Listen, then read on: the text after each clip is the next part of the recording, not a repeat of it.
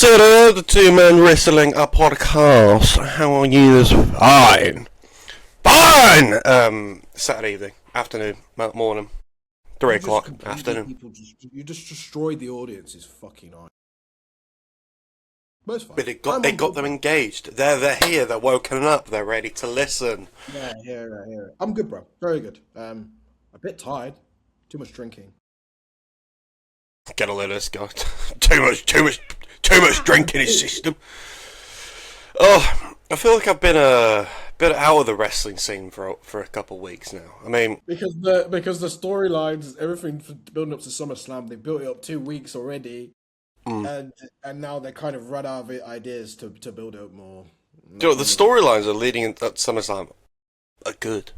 I like them, but you like them, but they're just not being the storylines are good, but the promos and everything is bad. They have everything they need, but they're just like, imagine you got like a ball and these are storylines and you need to break it, and you want to be throwing like bombs and nukes at it, and they're just throwing like pieces of crisps at it, and assuming that, do you know what I mean? It's not being done to the fullest extent. Yes. I get it. They're not throwing AKs at it.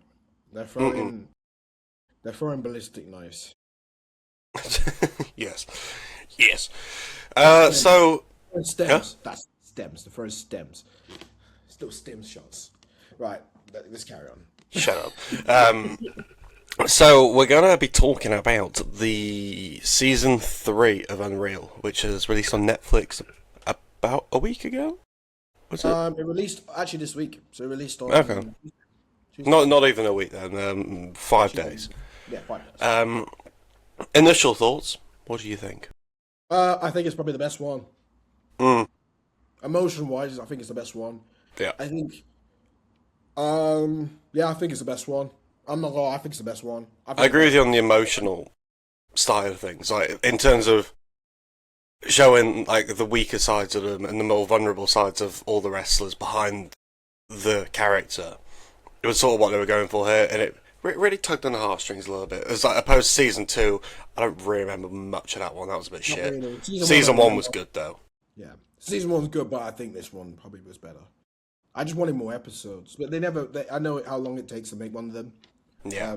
One of them episodes, all to be able to film for that period of time. So you can only ask for so much, but yeah, I thought this one was filmed really well. I was getting the old ball and chain to watch a bit of it because she watched season 1, didn't care about season 2, and then season 3 I was like, give one of them a watch. It's all right, and she's like, it doesn't really interest me, but the way it's filmed is really, really cool.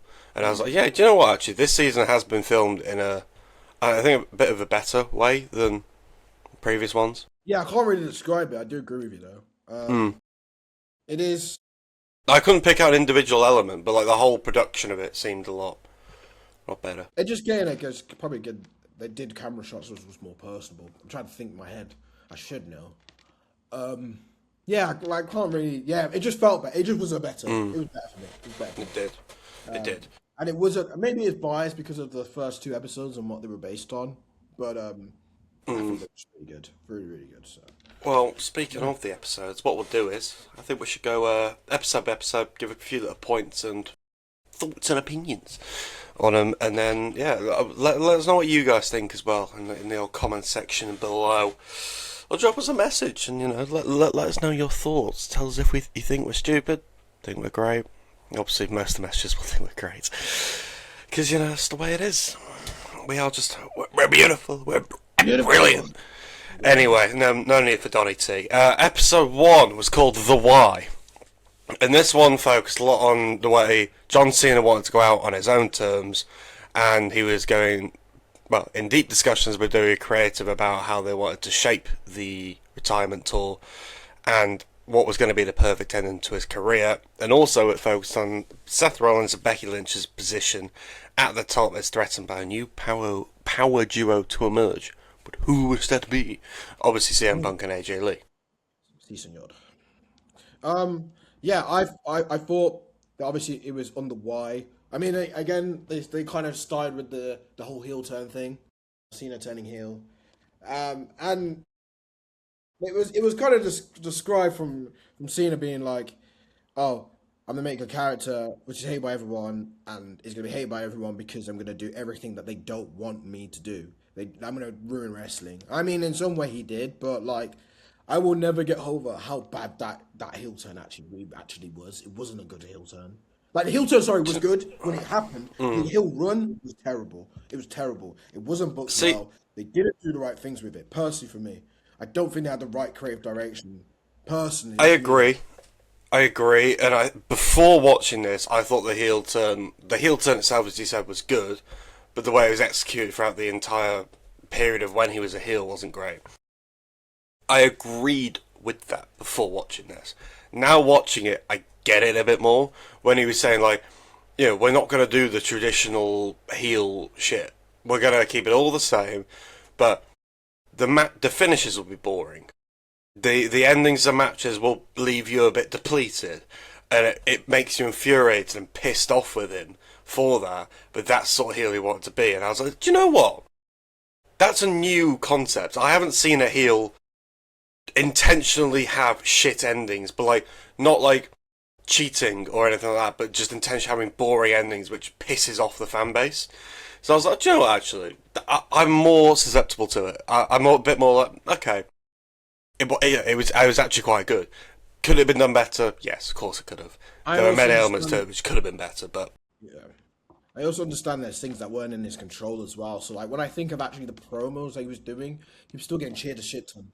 Like it's John Cena, he's still getting cheered a shit ton. So even if he wanted to be like this dastardly heel and like say that you guys have done nothing for me, you're not good for me, people were still cheering at him because it's John Cena. And I mean, one thing I was questioning is like who made the call for him to turn face, but it seemed like it was just Triple H that basically being like, yeah, this is not working. It's like yeah, we need to switch this up you now. need to switch it. What did you think of what's it, Michael Hayes with the Brock Lesnar thing, where he was like, Lord I have have an mercy, idea, Michael Hayes. F5, F5, F5. Uh, that might have been episode 2, but nevertheless, Was it? Michael Hayes again with the Jey Uso thing. Why is he on Crave? Mm. Why? Yeah, he needs to Why? leave, man.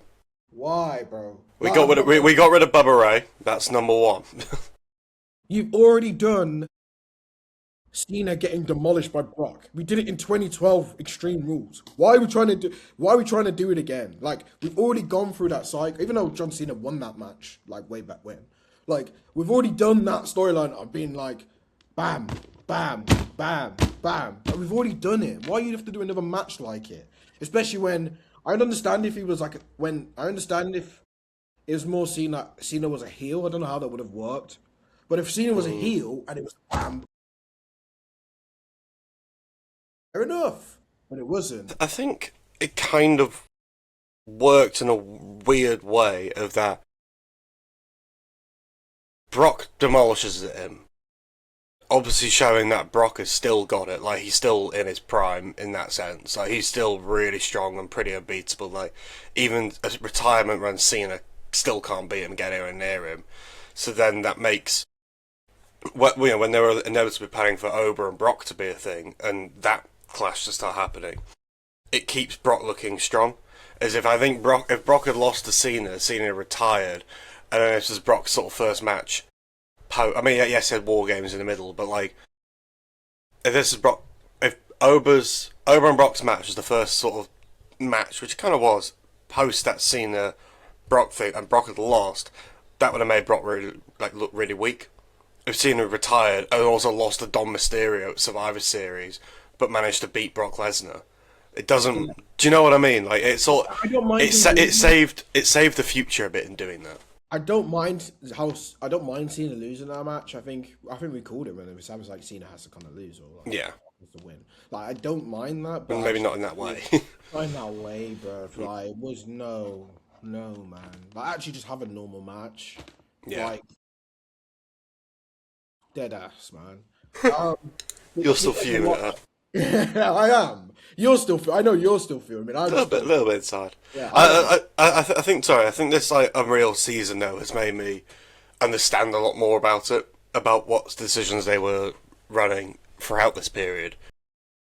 and why they did them and what that led to, and I'm a bit like, okay, fair enough. But at the time, it did its effect on me. It worked. That's exactly the reaction they wanted out of us.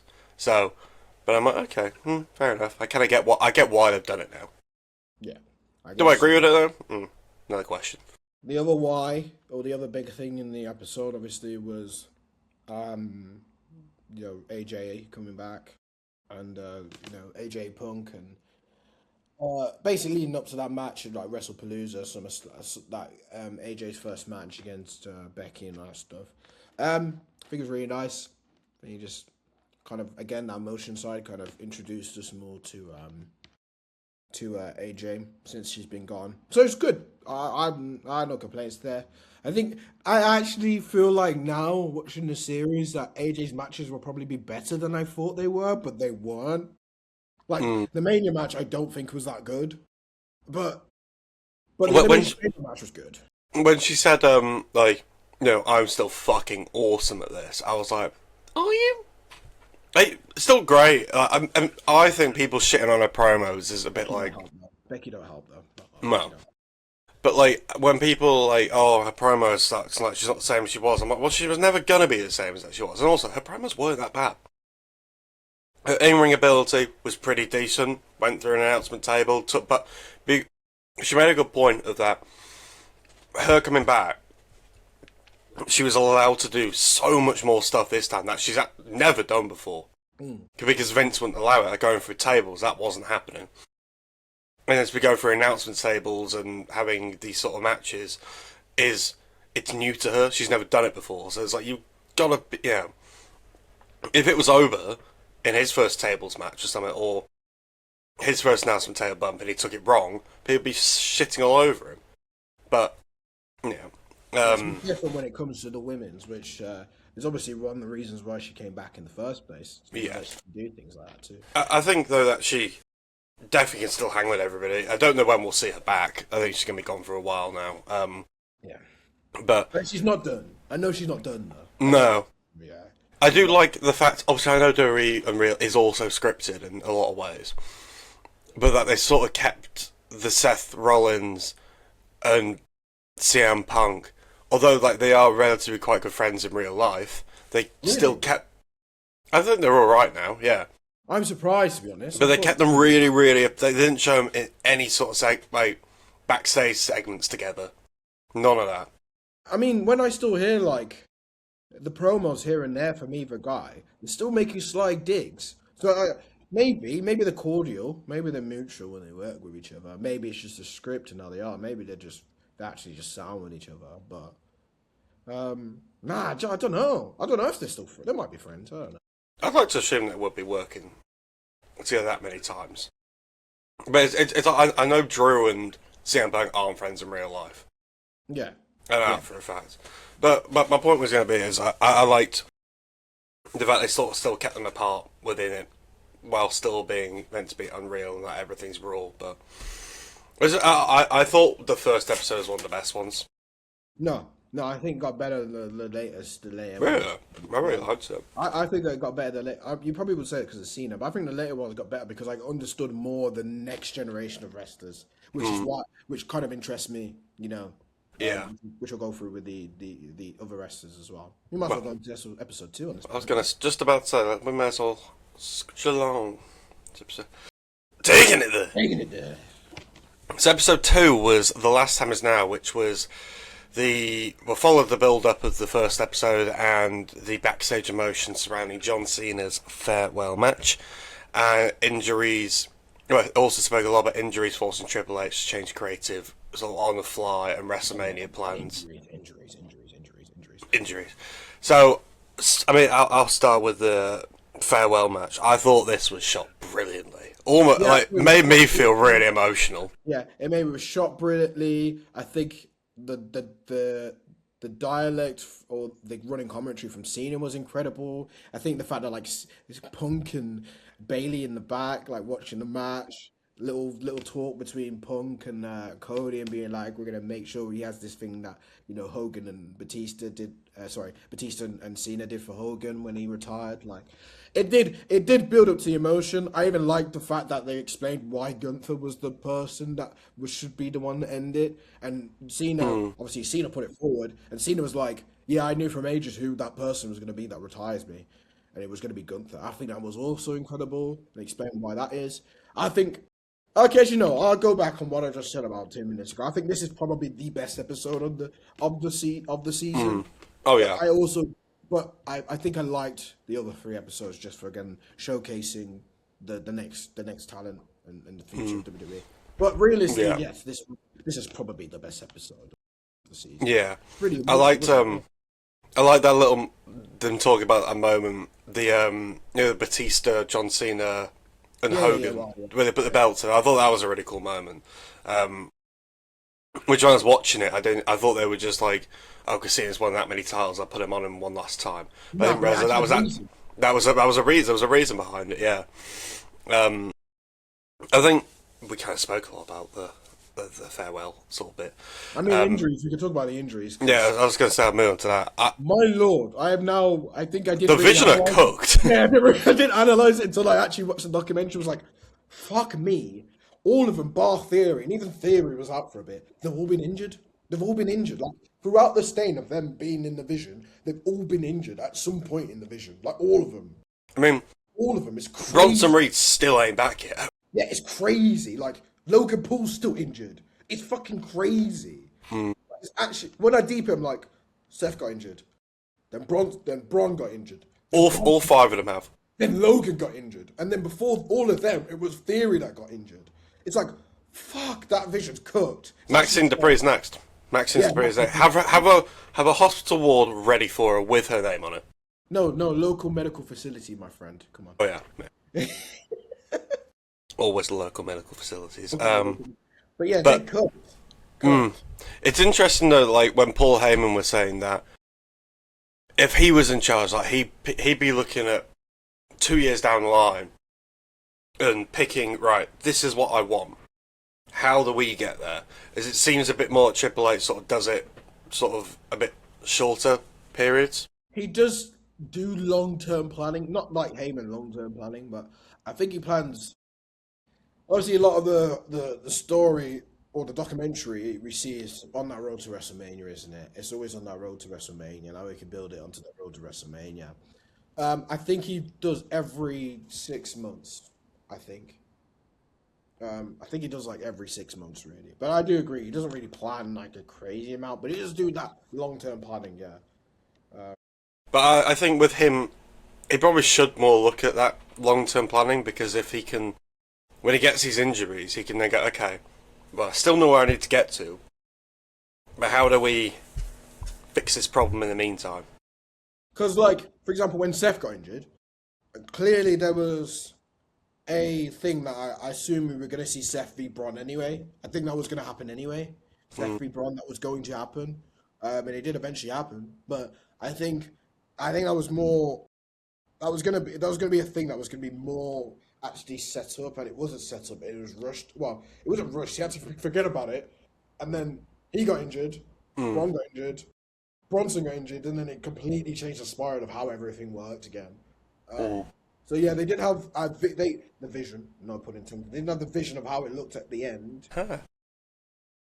Bar on the injuries, they did, but they didn't really figure out well. It needs to be executed better. That. Yeah, it did. Like, Need to execute better. I think it's looking good now with Maxine in play. The vision looks great now, and I don't think it needs Seth at all. No, it really doesn't. I mean, he's obviously on his Roman path once again. But yeah, anyway, episode 3 was called Rise and Rumble. This one focused on, with the description I have here. With Seth Rollins sidelined, the Royal Rumble becomes an opportunity to elevate the next generation, including stars such as Oba Femi, Trick Williams, Javon Evans, and Bron Breakker. Liv Morgan's rise is highlighted, showing how WWE balances established stars with their future main event talent. I wanted to start on the Liv Morgan point. Yeah, go on. That's good, because it was predominantly based on her this episode. It was, and I didn't really enjoy it. I felt it was a lot about Liv Morgan and a lot of the shit we didn't really need to know about. Like I could have done with like some other focus point. Her background, and That could have been explained in 5 minutes, and I would have still felt the exact same connection to her in that way. Didn't need to be dragged out for 35 minutes about her background and her. Like, I get it, but Liv Morgan also was a top talent anyway. Yeah, so she was already. Why are we trying to paint her as this like new upcoming world champion? Yeah, multiple time world champion as well. She was already a world champion, like years before like this was a thing. You are 100% right. I do agree with that. Yeah. I don't really know why they had to build a story for. No. But look, I won't dwell on that bit too much. But I'll talk about. I'm loving the fact that they've been listening to our podcast about when we've been screaming and shouting for months. Elevate the new fucking talent. And they did. Push the youngins. They did decide, no, yeah, we probably need to do that now. Do you agree with everyone? The big ups have been like, yeah, we probably need to do that now. They're getting old now. Quick. Yeah, quickly now. Yeah. Now. Yeah. Do you think though that they've fucked Bron Breakker a bit? Like, cause you know how they were like, right, who do we have winning the Rumble? Some people, could go with Bron Breakker, and everyone's like, nah. Let's go Roman and and then also they had like the Saturday Night's main event thing as well. They spoke about that in this episode about the vacant World Heavyweight Championship, and they were like, right, who do we go with? Play safe. Let's put it on. Punk. Stop playing. Like, I don't mind Punk with the World Championship. I love it, but let's stop playing things safe. That's what keeps the episodes boring, not entertaining. We're seeing it right now in real life. Like, our main event we're seeing is the 4 biggest stars. And I get why, because it's SummerSlam. It's a big event. But the 4 biggest stars are just getting rotated, bro. They're getting rotated. Roman, Seth, Punk, and Cody. And maybe Gunther in there. Like, they're just getting rotated, bro. They're literally just getting rotated, bro. And that's literally what the SummerSlam main events are. It's just rotation. I'd like to think by Mania we have Bron Breakker walk in as a world champion, and Oba Femi walks in and one of them wins it. Maybe. I like to see something like that. I like to see JC Jane with a world title walk into Mania. Basically, my expectations for Mania 42 is that there are young stars with gold. 43, by the way. But yeah. 43 with gold walking into Saudi, because that's what needs to fucking happen if you want to elevate this company anymore. Take the risks. I know that like someone like Punk, for example, like he's not got much left now. Punk ain't got much left. I reckon we're gonna 2.5 years out of Punk. 2.5 years. I reckon it all will probably drop like flies around the same time. I reckon Seth, Roman, and Cody are gonna drop all at the same time. You might get a Randy drop, but I don't know if Randy's gonna drop yet. You might even get a Drew McIntyre drop. I don't know if you even get a Drew McIntyre drop yet. But we're gonna get a time in the next year or so where all these wrestlers are gonna retire. They're gonna go boom, boom, boom, boom, boom. All the next 2 years, are gonna boom, boom, boom, and they're all gonna follow suit together. Now you do need, I do agree, to just put someone like Bron. I think Bron Breakker probably should have won the Royal Rumble, if I'm going to be honest. But I think those sort of people need. And then you could have had Seth sabotage his Royal Rumble the WrestleMania main event, make him lose. That would have worked. I just think they need to start collecting accolades and achievements early, not letting him get to like 31, 32, and then now we'll start putting some belts on. Like, let's be real, Oba will have a world championship by WrestleMania. Not even a fucking question. Not even a question. He will. Yeah. He's still got that world title shot. Yeah. Oh, fuck yeah, he does, don't he? Shit, you're a smart little fucker, aren't you? Yeah. Yeah, probably will then. I think he should. Well, he should. He's 28. Bron, 28. I'd like to see the World Heavyweight Championship on Trick Williams. Yeah, the gold. Good on him. He'd look fucking amazing. Yeah. What, are you saying put the WWE title on Oba? Yeah.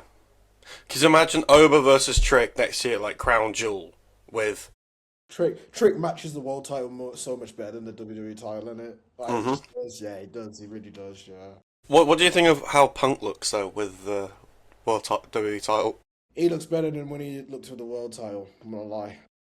Thank you. I'm gonna lie. I do and I think of old Punk. I preferred him with the World Heavy title. I'm not gonna lie, I think he looks better with the Yeah. World Heavy title than the W title, than the spinner belt. But I think this version of the title, he looks better with the W title than the World title. It's going to sound real rogue, but Punk looked better with Big Gold when he had long hair. Yes, He looked better yes, with the yes, WWE yes, title when he had short hair. yes, exactly that. Yes, exactly that. Yeah, exactly that. Right, anyway, episode 4, Life Happens. CM Punk and AJ Lee overcome personal heartbreak on the road to Elimination Chamber. Rest in peace. I was about to call Gary and Barry then. Larry. Barry and Cam. Hi guys! Right, mate. Fucking femboy and Mostek. With AJ's WWE return taking centre stage. Stephanie Vaquer opens up a difficult journey to the WWE and sacrifices behind her success. And the sacrifice behind her success. This was the one episode I really didn't give a fuck about. What, Stephanie? What, because I watched it and I was like, next episode. Because I was like, well, kind of filler, yeah. it felt very filler. Like, we were just talking about Larry for, like, most of it, which was a nice story. But not what I came to watch on Real to see. And also, like, Stephanie Vaquer, interesting story. I already know it. I've heard it so many times, and it was also all in Spanish, which... Yeah, I've heard it promos too much times as well. Yeah, and they're all the same. I mean, that's not me shit on Stephanie. I fucking love Stephanie. I think she's amazing, but it was... This was a real filler episode. I was like, okay, right, interesting. Not that fucking arsed. Anyway, episode 5. I wonder when she'll be back. Because obviously she took a break and... SummerSlam.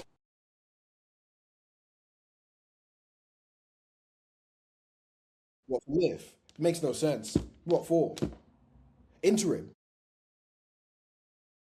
Yeah, no, for Liv. You think she's interim? Interim? I won't not that.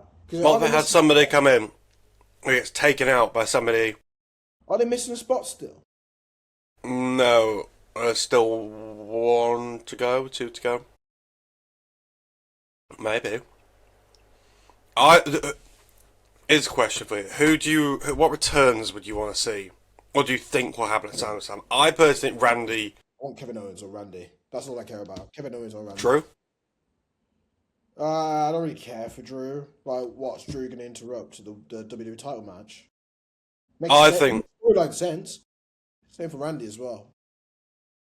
I think Randy will cost Cody. Then we get that set up. And then... I hope that Finn Balor beats Sami Zayn. And then we get Punk versus Finn Balor, but for the WWE title, because I really enjoyed that feud. I think Drew could come back and do something in that LA Knight match, the tag team one with the Usos and Fatu. I think he might come and help that one. What makes sense for that, though?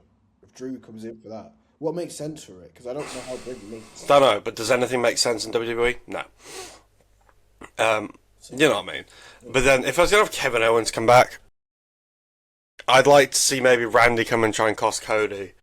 And then... No, but then again, that still doesn't make sense, because Kevin... I want Kevin to sabotage Sami. And it works again with their storyline. Because, like, Sami looks like he's about to get number 1 contendership again. And then, boom, he gets stopped again by someone else. We've already done that, though, like, so many times. Yeah. I think the only way that works, really, now, is if you make it a thing where Kevin Owens against Sami in Saudi, WrestleMania. Really? I also have a feeling that... As long as it's unsanctioned, I don't give a fuck.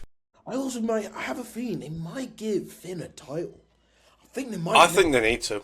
I think they'll give Finn the world title, the WWE title, you know. I wouldn't mind it. I think they will. I have a suspicion. I do think that Randy will come back. That's the most certain. If anything, I think the most certain. I think Randy will come back. Randy costing Cody.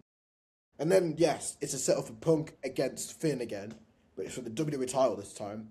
And then we get a redemption arc and we see Finn vs Punk, and Punk loses to Finn, and Finn actually finally gets his moment where he can actually be the WWE champion. He can actually be a world champion for a long time. I think if he doesn't get it anytime soon, he's cooked. It's been 10 years. 10 years since he's had one. Well, Sammy's had one. Yeah. In that time. Before he has. I mean, it's only been recent, and it's only been for 9 days. But Jinder Mahal has had the same amount as him in the past 10 years. What are we doing? Anyway, episode 5. Considering there's fuck all to talk about this episode 4.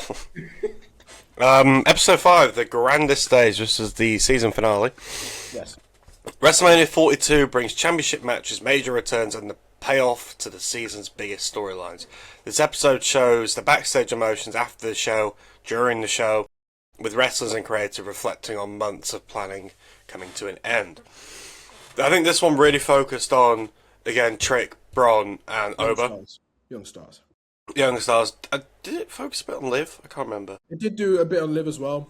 But it was mostly about those three, Bron, Oba. It was definitely about, I remember a lot about Trick, because his parents and stuff like that. That was a nice moment. And that was nice. And Lil Yachty was in there as well. It focused on Oba as well. I think I liked Bron Breakker anyway. I like Bron Breakker a lot more now, I think, watching this season. Because I realised it's kind of, I mean, I know every wrestler anyway, these young wrestlers are humble anyway, but like, it just really They're showed. all so humble. Yeah. And they're like, yeah. After every match, they're like, oh, what can I do better? What can I do better? What can I do better? Tell me more. They absorb information like SpongeBob and water. But I liked knowing. Also, I didn't know that Bron's real name was actually just Bron. It's Bronson, but his name's actually Bronson. So he's not actually Bron. Bronson Rickstein. Rick Stein. Obviously, Rick Steiner's son. Scott Steiner's nephew. But I don't. It just made me realize that he actually cares because he actually wants to be the main guy. He actually does, and it's gonna happen. Like he will be the face, 100%. Inevitable. It's inevitable. And as he should be. But it just made me more of a liking to him. I like Trick Williams anyway. He's literally what he is in his character, off screen and on the screen. It's exactly the same. Just a bit more flashy when he's on screen. And then Oba again. That payoff, and again, just Oba looking, again, humble as fuck. I like the humble, it just blows my mind. It's so clear that those three are going to be the big three going forward in the years to come. We basically have Booker T. Yeah, Brock Lesnar. And you could say Batista? Like a Batista? Yeah. Bronze Batista? Yeah, it worked. Batista. He's like a bit of like a Batista mix. He's a molded a Batista, not a Kurt Angle, because he ain't got a wrestling ability like Kurt Angle. He's a bit like Batista mixed with like Brock Lesnar's athleticism. Yeah. Like Oba, Brock, guaranteed. Trick Williams is Booker T. That is Booker T. Yeah. But, it's nice to see that. The building. Bath time.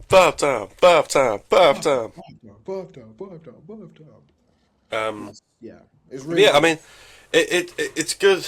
Well, like, I like the fact that when Oba was like, I can't believe Brock took that.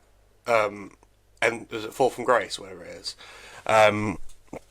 And like how just humble they are, and how excited they are to grow with the business, and I've obviously learned so much from Cena that what you give to the business will give you back. So do everything you can to give to it, and you will be rewarded. I'm trying to remember what happened really in the last episode. No, there wasn't much it was just a screening about WrestleMania. It was just everything they were talking about sort of previously tying up, and I wish they covered some wrestlers more. So, for example, I wish they covered Soruka more. I think they could have done that, but maybe that's for the next season 4. More likely. Yeah, Fatal Influence. That's another thing, but that's been more recent. So I reckon. Well, they've sort of come onto the scene as that season was finishing. Yeah, or finished. It was done. I really liked. This was one thing that we haven't spoke about as well. It was the Randy Cody. Oh yeah. And Cody was basically again, they're going to good scripting, but Cody was basically like, "Why the fuck is Pat there? We kind of made it work. Like everyone kind of made it work." It was a thing of like, we know this is fucking shit that you're here, Pat. We know that Jenny Rowe being involved is also shit. We're gonna just try and make it work. Like he like literally said, "We're gonna just try and make it work." And it But also they were happy made that they got the exact reaction. yeah, yeah. It made the fucking Orton kick look point kick look fucking brutal as well. He fully kicked him. I didn't realise he properly kicked him. He took it. He took it. He was like, "Yeah, I wanted it. Calm. I want to protect myself. Fuck it. I want to make it look devastating." Which makes sense. It's not been around for what 15 years, something like that. 10 years or so, maybe. But Since Minnesota, we ain't seen a punt kick. So, yeah. which we predicted we would see this year. We have. So like, yeah, man. I really did like that part as well. I really like describing that. Yeah, this is and they also did the backstory of that as well. So he went to the archives and he looked at his first trunks he wore at WrestleMania, his first WrestleMania 26, and like it went through again that history of Randy and Cody, which I hope that's not the end of that storyline because Definitely not. They wouldn't have done that punt kick otherwise. Yeah, but I think the WrestleMania match didn't help with Pat McAfee. I just didn't think it helped, but that's isn't it? Yeah, I like though to see how much wrestlers take in terms of moves. So, for example, like the punt kick, he was like, "Just kick me. I'll sit there and I'll take it." When Seth got turned on by Bron in that segment on Raw Division, and he was like, "I'm injured, but hit me as hard as you've ever hit anybody. I want to feel everything." And even Heyman's like, "You gotta sell this, brother. You gotta sell it. This is their money too. It's their money too. You don't do it, their money gets affected. Your money gets affected. Everybody's money gets affected." I was like, "Yeah, all right, no pressure on him, innit?" And he smacked him one. I didn't realize. I kept forgetting how hard he hit him with that spear. I also love the WrestleMania spear. Like, well, the first one, yes. Second one, no. He completely missed it. The first one, yes. The second one, and it even says in the episode, it's like there's a little dip, and he almost slipped on the dip. So we took him off of guard a little bit when he's hitting the spear. But that first one, Jesus Christ. Yeah, Jesus yuck. Christ. Yeah, Jesus Christ. Do you think he has the most ferocious spear you've ever seen? Yeah. Yeah, definitely. I'd only rival with that with Rogue One, but like Rhino, or I was just about to say Rhino. it's only Rhino's gore. Yeah, Rhino. The only thing that kind of just like gives a when Roman charges it up, it can be. Yeah. Like Roman's one on the Rock was really good. Shit, yeah, it can be good. Yeah. Jey Uso's one's weak. Terrible. Edge's one was tame. Yeah. Batista's one was kind of tame as well. Goldberg's one was good. Was good, but those other ones was better. Yeah. Yeah. But yeah, so that was sort of unreal. We gave a bit of a summary at the start, but what was I going to say? Oh yeah. We rate it. Are you excited? Oh, we can do. Yeah. I'm going to give it a 8 out of 10. I give it an 8 out of 10 as well. It's not fully there yet, I think. But then again, they also show what they want to show. So I've always got to take that into mind. My question was going to be, are you excited for SummerSlam, which is next weekend? I am. I think it'll be a really good event. I've sadly got a festival that day, so I'm going to try and get back and not be completely drunk to the point I can't watch it because it's a 2-day. Where are you watching on Sunday? Sunday I'm going to watch it in London. Be in London because I've got a festival in London on that Sunday. But on the Saturday, I'm actually at Cam's, so I will watch Saturdays 100%. I think I will get Barry Mostak on that. Yeah, I will 100% be able to watch it on that Saturday. So. Fair. Awesome. Right. Well, I mean, I'm very excited for it. Yeah. Gonna be brilliant. Looking forward to the most. I think it's a pretty obvious one, really. Do you know what? There's a few. I'm really excited for Gunther versus Aldous. Yeah. Oba and Brock, Hell in a Cell. Yeah, and Roman and Seth. Yeah, Roman. Oh, really? To not Punk Rhodes? I'm excited for. I think it'll be a great match. I'm really excited for it. But if you're asking me which ones am I most excited for, it's them three. I think it's Oba Brock. Mine's most excited. Oba Brock will be class inside of Hell in a Cell. The Brocktagon. The Brocktagon. I do think I'm excited for that the most. But then the next one I would agree is Gunther Oldest because we haven't seen Oldest wrestle. Give us Magnus. Give us Magnus, and it is again a trial match. So if he does do well and he does resonate well with the fans, which I think he will, and he's only 39, same age as Gunther. Is he? Yeah, I thought he was like 40, 48 yeah, something like that. same age, bro. Same age. He's younger than Roman and Seth. He's younger. It's mad. Maybe this was his like. Maybe they're planning to keep him as a superstar because last night he relinquished his duties. But then I was sat there and I was thinking, well, what happens after? Like as soon as his match is done, is he back doing it, or like is he fully relinquished them? Does he stay as a superstar? I think Pierce does double show. Double duty. I think he's just WWE general manager. Well, he is going to be for the next week. Yeah, I think he'll be WWE general manager. But yeah, Oldest. I'm excited. I do want him to just become a wrestler now in WWE. I think he'll do well as well. Put him in a. Yeah. I don't know where you position him in the card. No. I maybe don't know it's too either. soon to say until we see him wrestle. Yeah, I mean, we'll see. Obviously, so yeah. Speaking of SummerSlam, next week will be a SummerSlam preview. Give all our predictions, etc., etc. And the week after that, we'll have a review of it. And then we'll see where we are after that. But yeah, that was another episode in the books, and we will see you next week.